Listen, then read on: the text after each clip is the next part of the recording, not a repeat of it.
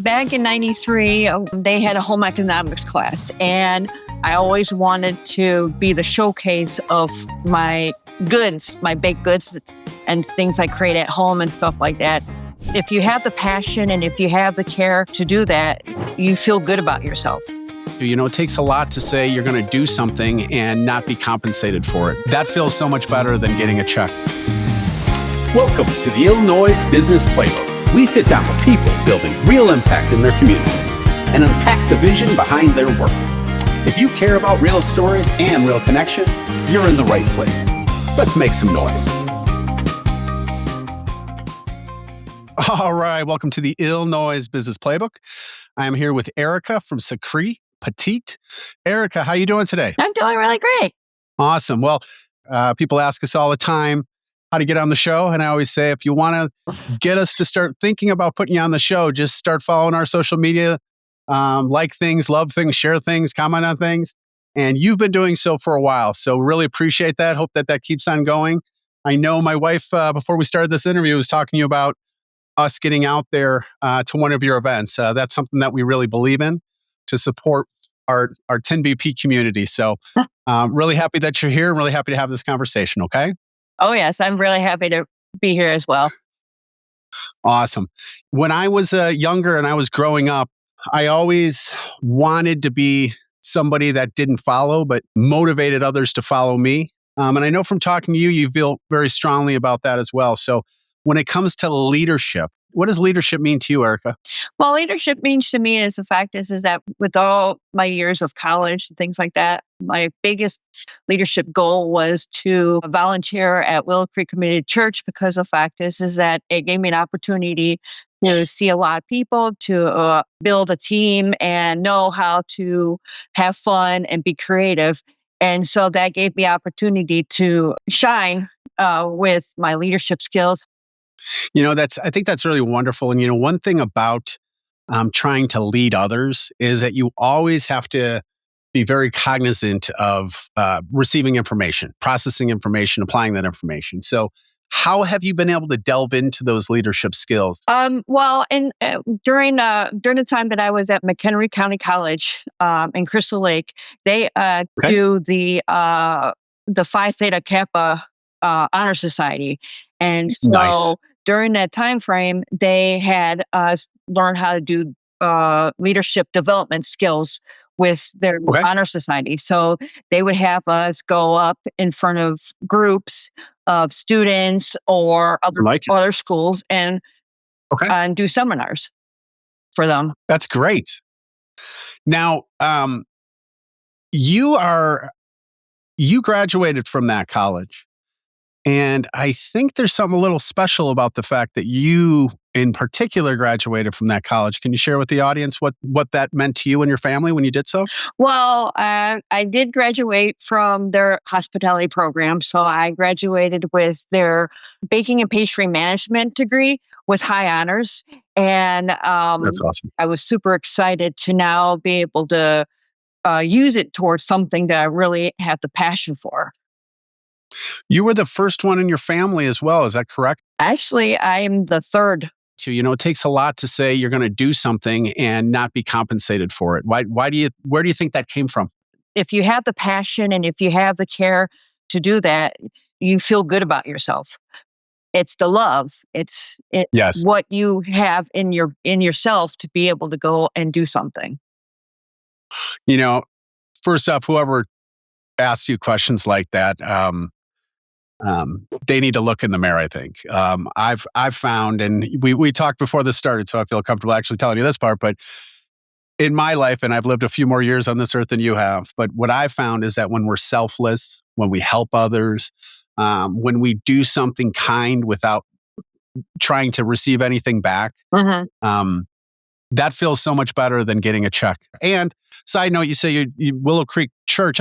I grew up right up the street from Willow Creek grade school. I went there for as a kid and stuff like that. So just you saying Willow Creek puts a smile on my face, just thinking about those old childhood memories and on the slides and on the basketball courts and all that fun. So that's cool.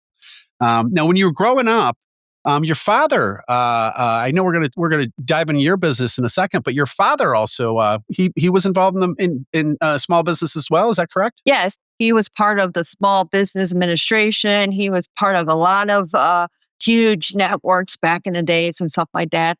And fortunately, he passed away before I was able to know all Mhm. about his stories and stuff like that.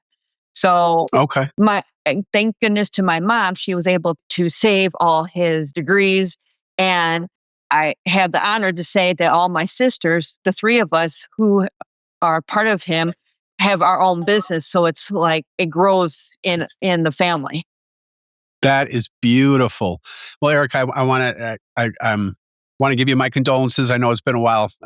My father passed away when I was 18 years old, and no matter how old you are, when you lose a parent, it's certainly not easy. But boy, how proud would both of our fathers be to know that we're trying to do something good in the world, right? Oh yes. Now, I have when I was in school. Boy, did I ever love doing when I was younger, I loved doing a couple things big time. I loved recess, and I loved gym, but I also loved home ec. Home ec was so important to me. Boy, oh boy, I was telling Neha the other day, we used to roast peanuts at home ec, and then we'd mix them with raisins. And I would tell her, like, that's still to this day one of my favorite snacks is mixing up peanuts and raisins and stuff. But home ec seemed to play a part in your story as well. Is that right? Yes.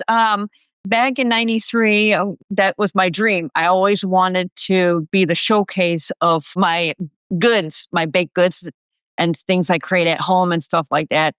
And so, home economics was the heart of everything.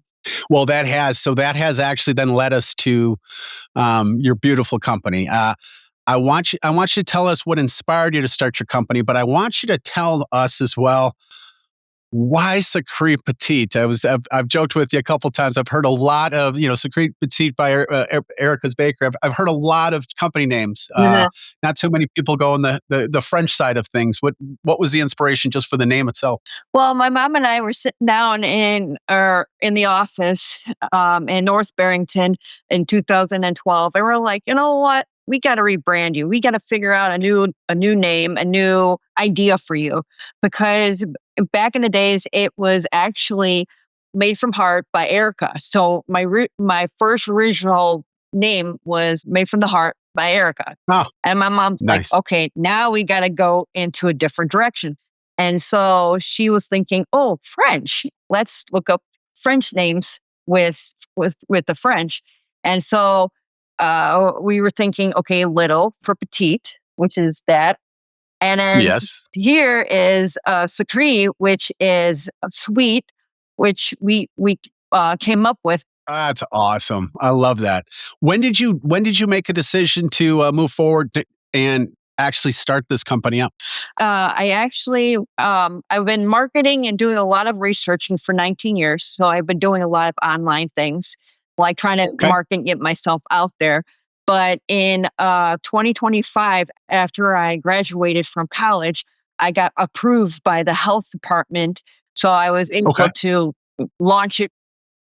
Yeah, and that's you've got to get out there and you got to get the word out about your products, right? Um, is so when did you start that process as far as going to those festivals and the different markets and stuff? Like when did it make sense to you to, okay, let's get this out there to the world. Let's get people tasting our product. It was actually in 2025 in April when I got my certificate or my permit, the little Sure. paper, and I Yes. and I thought to myself, you know what? Let's go to the food truck on Lily Lake in Lakemore. The Okay. village of Lakemore decided to do food truck. So they're like, wait a minute, this is going to be the first time ever actually having a bakery pop up at their food truck. Nice. And Sure. and on that day, we're there for say 3 to 4 hours, and we Okay. had a big turnaround. Everybody was like, "Oh my gosh, I follow you on Facebook. I've seen you. I see all your creations. I got to come out and try you out." A dream of mine to continue. I didn't want to stop. So It's beautiful. And when you can find something you're passionate about doing, and get compensated even a little bit, I think you really kind of living out those childhood dreams that you had, which I think is really cool. mhm. Um, as you've been progressing through this, like What's been easy? What's been hard about getting this business up and rolling? The challenges of having this bakery is time management and patience. If you Sure. don't have the patience or time management, you wouldn't even make it out the door the day of your event. Right. Yeah. And that's, Erica, let's be honest. Time management is something that we all need to try to be successful doing so we can kind of be able to maximize everything we want to achieve in this world. So I think that's pretty cool.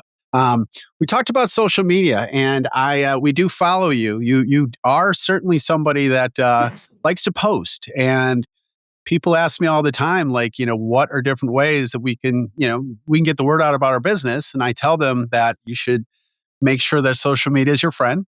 You should do so with intent. You should do so with consistency. We actually are very targeted in how we're actually posting. And I know you see those because you're liking and loving along the way. But when did social media become something? Because let's be honest, you and I aren't too far different in age. Stop it, Eric. I know I'm much older, but we're not too far different. But when we were growing up, there wasn't Facebook, there wasn't Instagram, there wasn't all these other things that are there now. But when did you kind of get a hold of that and realize how vital that was for the importance of your business?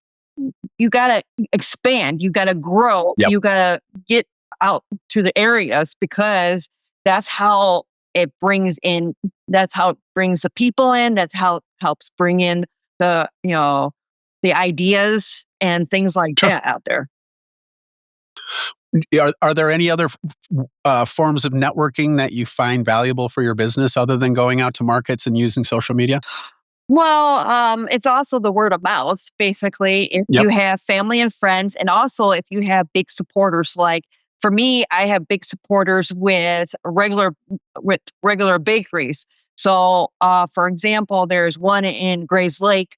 They're called Bake Share, and his name is Mike the Pie Guy, because he loves pies. And Okay. when I brought in my sweets for the very first day to him and told him I was following him, he goes, "Oh, you're Sucre Petit?" And I Nice. am. And then also I did the word of mouth over at McHenry Riverwalk shops when they opened up the shops for the very first time, which are incubator shops.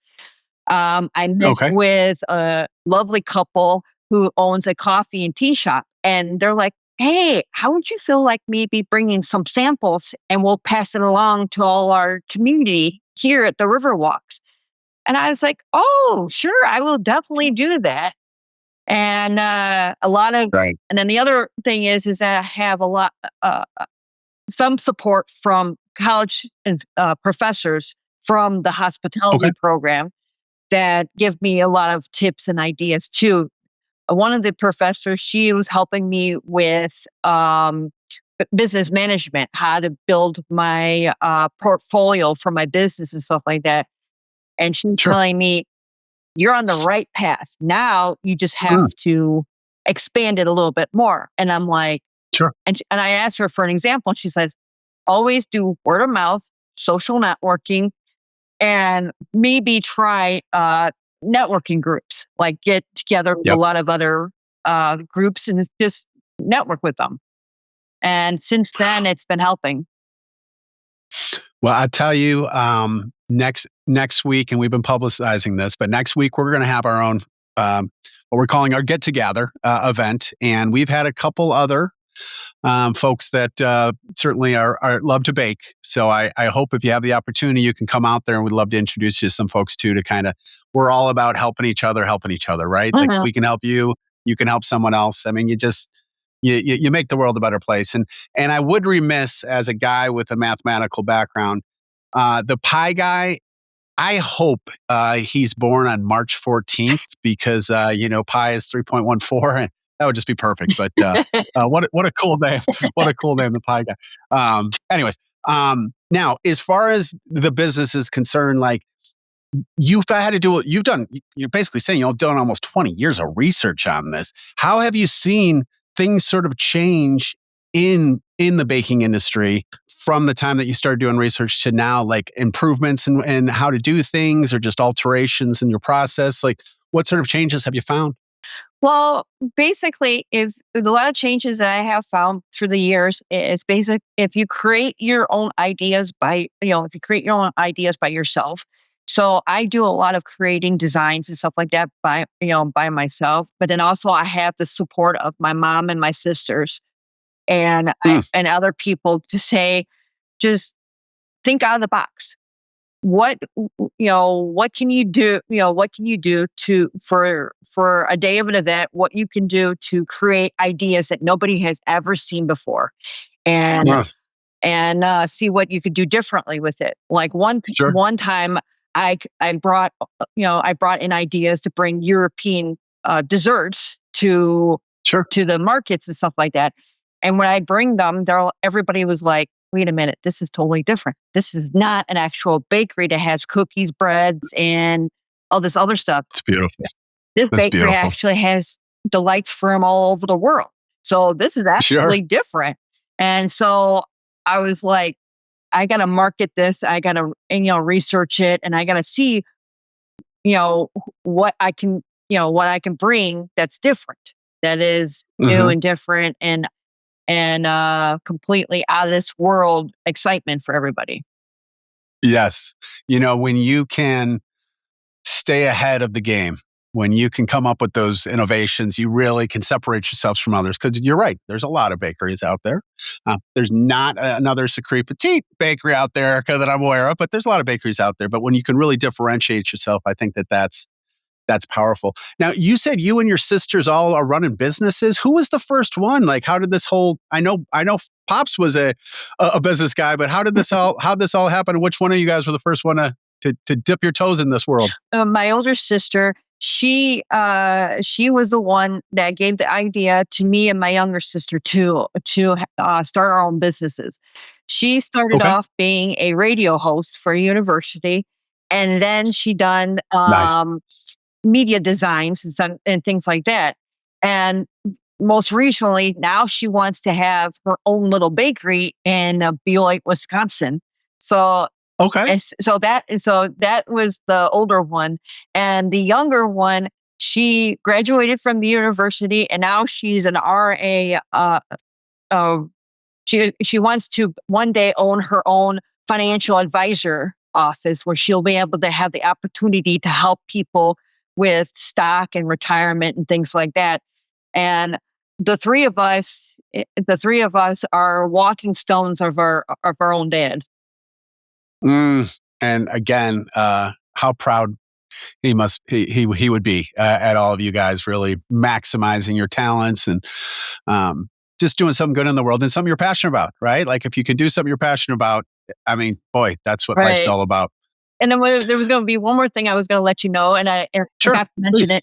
it before. My oldest sister also she owned her own business, and my youngest sister, she is trying to create her own painting business. So it runs for all five of us. It runs in the family. It really does. It really does. That is awesome. And it's cool that like, right now for yourself, it sounds like you have a lot of support with your husband and with your mother on what you're doing and stuff. And I think that's really good when we just have people that are around us that love us and support what we're doing. I couldn't do this at all without my wife, for sure, and all the beautiful people in the community that have kind of made this something. I want to hear from you about s- somebody that's put a big old smile on your face, somebody that maybe purchased something from you, maybe a connection that you made, but somebody that made you realize, because let's be honest, whenever we're doing anything, we're going to have good days and bad days. We're human, we're fallible, that's just who we are. And what I've always tried to rely on is those people that I've met throughout my life that I know that I've made an impact on, and almost always those that I've sort of influenced in some positive way, they've always influenced me back too, and that kind of keeps me strong and keeps the light going in those dark days. So can you tell us a story about somebody that's kind of done that for you? There has been a couple people that have really really got me, going, and with their lovely backgrounds and their feedbacks from what they have tried through my baked goods and stuff like that. One of them is an actual neighbor that lives next door to my sister in Wisconsin. Their family Nice. really loved all the baked goods that I made from them. They even commented by saying that it was homemade baked goods and it was really fresh, really new and different, and it was made with care Mm. and love. And Ugh. that was one of the things that really excite me. And then the other one, she actually she actually owns her own little business in Antioch, and she's a coffee roaster. And she posted on Facebook, which I was actually surprised because it was an actual big post. And Sure. she was telling me that she really loved the treats that she got and that she was received, and they were perfectly gifted. And she shared it with her neighbor, and they both even said they were out of this world, really, really good items. And, and she told me to never stop, always keep going and always keep driving to do what really would love to do. Those are really powerful testimonials. So what I would, recommend if you haven't already done so, but, if you've got a presence on Google, Google, encourage people to do a Google review, but, even on your Facebook site and your other social media platforms, those are really powerful things when people can read what other people have said about you. Mm. Um, I think that that's really a wonderful way to kind of get the word out as far as all the great things that you're doing. Is there anything else? Is there anything remaining that you want to share with the audience before we start saying adios? There was one little thing that I wanted to let the audience and everybody know is my aunt, which was on my youngest sister's side of the family. Um, Okay. she used to own a bakery in the south sides of Chicago, in the south suburbs. Okay. And that was one of the dreams of actually having the opportunity to go inside of an actual bakery, see what it was all like, see what the process was. Nice. And the cool thing was, it was me and my youngest sister that had the opportunity to actually explore a first time bakery in a long time. So it was like a dream come true. That is awesome. That is beautiful. That is beautiful. And maybe one day somebody will be able to come to your brick and mortar bakery location, and it'll be a dream come true for them as well, right? Hopefully, the Oh, whole yes. circle of life can happen there. That's beautiful. Well, listen, Erika, I really, I know we've navigated through some things behind the scenes that only you and I and your loved ones and my loved ones will know about in order to kind of get this to the party here. But I really appreciate how diligent you've been as far as making sure that we can get your story out. I really admire your authenticity. I really admire how passionate you are about what you do, and I'm really thankful that I've got a little sample that I'm going to get ready to have here in a little bit of your wonderful treats. You will see myself and my wife out there, and hopefully get a picture taken with you and say hello to you and all those wonderful things. But thank you so much for spending some time with us today. Okay. Thank you so much for having me on here. It's really appreciated. And I can't wait to see you guys out there showcasing everybody. So thank you again. You got it, Erika. Have a great day. Okay. You too.